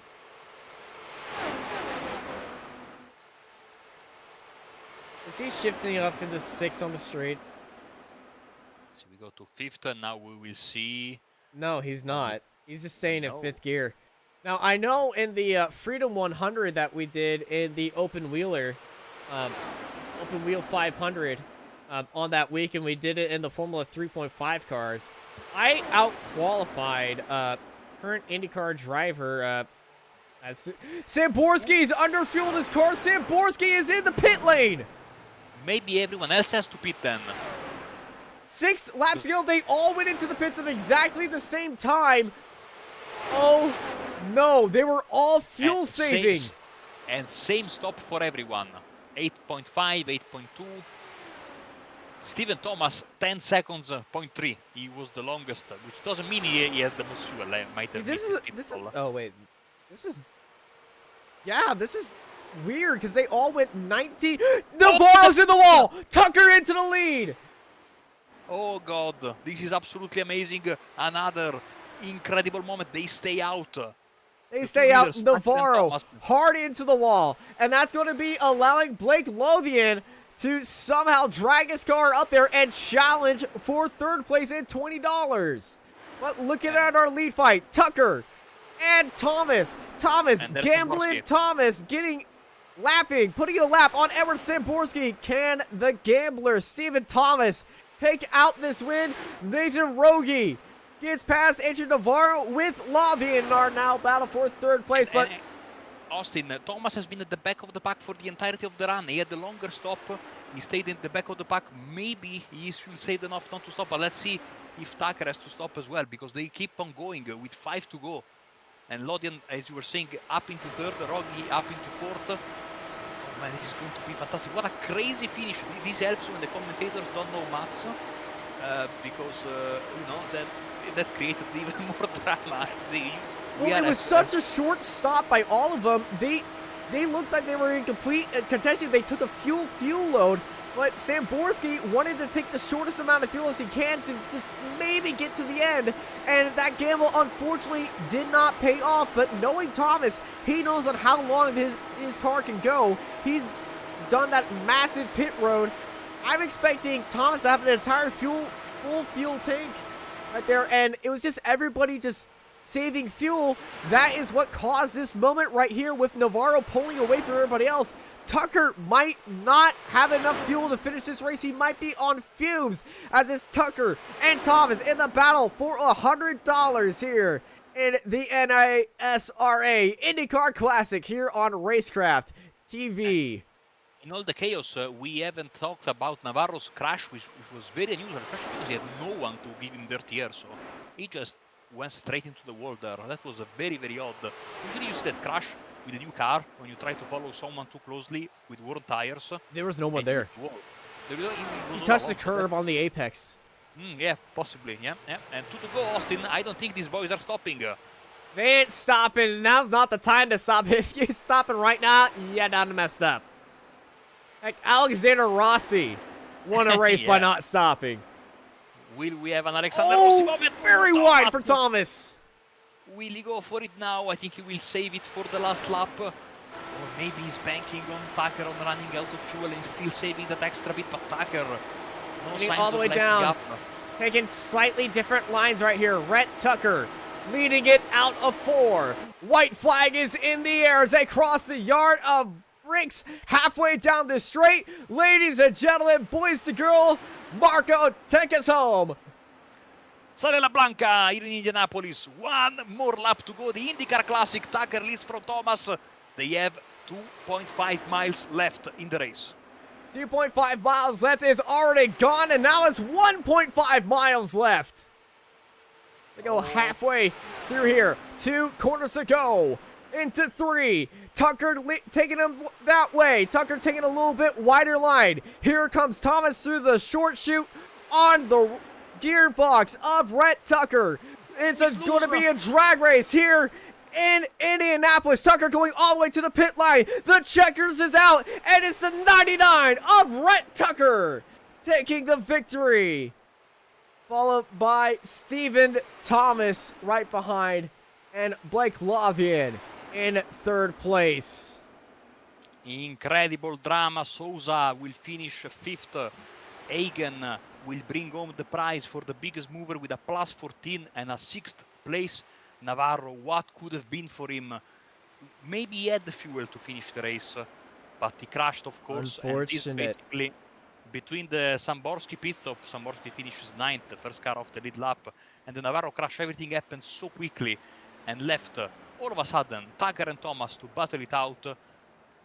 Thomas had the strategy and he was fantastic in getting back there, but Tucker had the pace, and Tucker with the victory, and of course bringing home the big prize, as they are both very happy about it, I would say, because they are both on the start finish line. We have coordinated. Don't do it. Don't do it. Don't offend every IndyCar person. These bricks are sacred, Tucker. Oh, you little. Ooh. Just a bit. See, now he went. Okay, he knows how much I get triggered by that.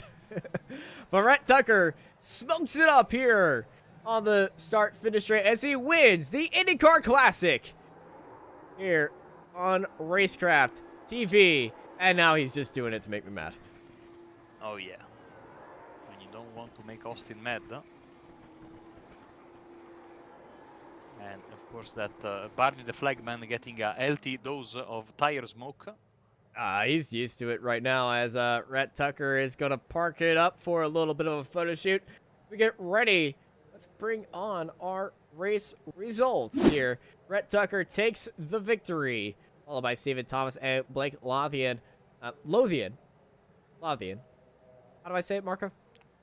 Lothian, I think. In third place, followed by Nathan Rogi, Josh Souza in that mint teal aquamarine turquoise or whatever Marco said car in fifth place, followed by Dane Hagen, Andrew Navarro, Jeff Sickles, Edward Samborski unfortunately underfueled his car in ninth place. Cody Knott, Dustin Scruggs, Connor Parise, Josh Edmondson, Eric Zimmerman, Stephen Gregory, Zach Adams, Taylor Peacock, Michael McKinnon, Jesse Siraj, Jonathan Munda, and Michael McMillan in 21st, followed by, well, Mike Adamson, who unfortunately was bumped from bump day, which is something that I did not notice was a thing with little amounts of cars. But hey, it's happened. And, well, we are joined by the one, the only, Rhett Tucker, joining us right now. Rhett, it's great to see you back in the checkered flag room again, but it's not a NASCAR Cup car. What's up? What's up? It's good to hear you, man. Oh, yeah, it's been a long time. I know. I haven't had a cup car to run with you guys. Yeah, the Cup Series taking a little bit of a break, but speaking of breaks, we get sometimes these very special events, and hey, you're $100 richer after you took the win here at Indianapolis. How's it feel? It feels awesome, dude. Speaking of breaks, I think I caught a big one when Navarro smacked the wall. Oh, those final laps. What were going through your mind? And tell us about your fuel strategy, because we saw Edward Samborski underfuel his car at the end of the race. Did you have enough in there, or were you even concerned about saving fuel? No, I wasn't even concerned. I probably should have been more concerned about fuel load to begin with, honestly, because these cars are a bit faster with less fuel in them. I don't know if that was Andrew's deal or he was just driving the wheels off of it, but I think he drove the wheels off it, then into the wall. Yeah, maybe. I know how that goes, so it's a bummer for him, but I'll take it any day of the week. Any day of the week is always a great answer. As well, you took the win, and how experienced are you in Indy cars and open wheelers? Honestly, I mean, I grew up racing some open wheel stuff, but I haven't ran open wheel on here much lately. But this week I ran IndyCar at Watkins Glen and loved that. So I saw this and I was like, sign me up.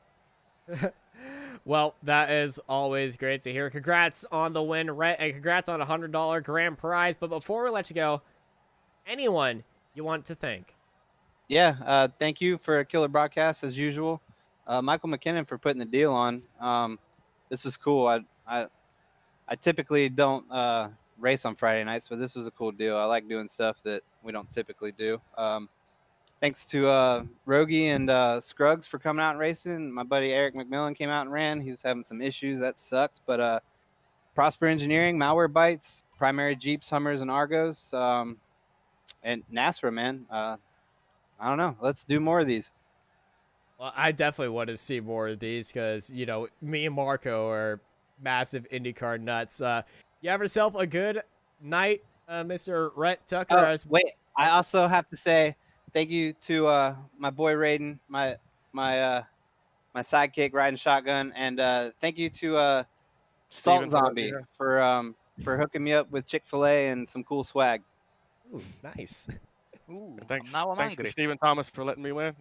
Oh, thank you, Stephen Thomas, for letting me win. No problem. Man. Stephen got in here early as I was beginning to do the transition over there. Marco is standing by with Stephen Thomas. And that is why, of course, you protect the broadcasting booth to You let me in there authorize too early. I gotta only. say something. I dragged him in there. It was me. You dragged. Oh, okay. Well, that's why you wait. But of course, no, all jokes aside, Steven, I have to really commend your strategy. You fighting to get back in a winning position after your early troubles. Well, that was fantastic. Oh yeah, thank goodness. You only missed just a bit of speed there in the end, but what an amazing comeback! And you still bring home a decent amount of money, so I wouldn't be too disappointed if I were you. Nah, not at all, man. Not at all. Not at all. Thank goodness for one quick repair. I needed it, as you've seen me flipping down the backstretch about 10 or 15 times early. You made somebody yeah. sick in chat, by the way. Yeah. I think Austin showed the replay 5 times. I felt sick in my stomach until I got in the pits and seen that quick repair. I didn't know we had one. Steven, speaking of your comeback and of course the crash, etc., but I want to ask you how tough it was. It was a fixed setup race, so not a lot you can do setup-wise to deal with this extremely hot racetrack, 118 Fahrenheit at some point towards the end of the race. How tough was that? I mean, it was pretty tough, buddy. To be honest with you, I kind of like the fixed setup because I don't know much, especially about these Indy cars, to get a good setup. So the fact that we're all on fair playing grounds, I just have to drive the thing, So let's say I can do that. So, what was your reaction there at the end of the race? Because in a few seconds, in a span of a few seconds, you had the two big changing points of the race with Edward pitting and of course Navarro crashing. So yeah, that must have been a bit of a roller coaster moment for you. Yeah, when I seen P4 hit the pits, I was already happy that I was going to get on the podium. And then when Navarro, I just figured he had it locked. He was pulling away from me and Rhett somehow. I'm not sure exactly what he was doing, but when I seen him hit the wall, yeah, I got super excited. I was, let's just say, the people upstairs in my house heard me. Those are the best moments. Sorry, Navarro. All respect to you, bro, but you helped me. So. Speaking of the people upstairs, and before we let you go, is there anyone you like to thank? Oh man, thank everybody who puts this on, Michael and Brady, all the boys in here. There's a lot of boys that put money in, so we had the chance to actually win some money tonight. So I appreciate all those guys, all the family that watches, and you guys at the broadcast here, man. Appreciate it. It's just a fun time. Thanks a lot, Steven. That was amazing. Congratulations on P2 and enjoy your prize and the rest of your Good Friday evening. All right, man. Have a good one. Get him, Blake. Get him. Oh, he's completely jumped back because he didn't want to join in there. But we're bringing Blake in here anyway because Blake finished in P3 and wins $20 here today. As we were joined by Blake Lavian. Hello. Hey, there he is. There you go. Blake, how was that race for you today, and how was racing an open wheel car for you? Oh my goodness, that race! I had so many heart attacks in that race. I can't even explain it. Just from hitting the wall off the 2, barely missing a flipping car. Oh my goodness, love open wheel cars. I started off my career in karts. Brought back many memories of racing karts. But Venture Wipes gave us a great car. Texas Law Book, those guys gave us a lot of support throughout the season. Post ABC Kids, you guys, oh my goodness, just what a race for us. It certainly was a wild race for you, up, down, all around. But hey, you got pole position up there. When you saw yourself at top in the timing sheets, did you feel a little bit giddy that you have a chance to win and do this? Or were you just like, oh no? Part of me was like, oh no, because I was thinking, oh, the wheel spin, I had to be careful with the start. But another part of me, like, I felt that lap was really good. I was like, okay, I definitely belong up here now for sure. So definitely gave me a lot of confidence. But at the same time, it was like, just don't spin the tires, don't cause a huge pile up on the start finish straight. Well, it certainly paid off for you right there. Going into those later laps, what was going through your mind when you saw this absolute calamity happen in front of you? I was just praying that those other guys were low on fuel or something. I saw one of them had to pit, so I was happy about that. And then one of them hit the wall. I was just thinking those two might just take each other out, might be in a perfect spot. So I was trying to keep the car behind me. I saw him just, let's work together, move up the field. I saw we were losing time, but I was just trying to get up there as soon as I could, because I felt like we had a really fast car. So I felt like if we got into that lead draft, we would have a shot at it, but sadly we didn't. But coming on P3, I'm not complaining at all. Hey, that's the best part. Money always makes the world go round, and it puts a smile on your face. So before we let you go, man, anyone you want to thank? I definitely want to thank you guys. Always put on a great show. Let me think here. Venture Wipes, Texas Law Book, POTUS ABC Kids, Michael McKinnon for putting on this race. Just absolute amazing race. So thank you all for tuning in tonight. Loved it.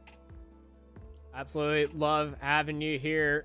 And we'll see you next week when we return to Pocono in the trucks.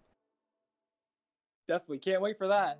Yeah, round 2 of the Pulling Truck Series playoffs return next week at Pocono. We're going to bring it over to Marco Barbonero, who's got some final words for us.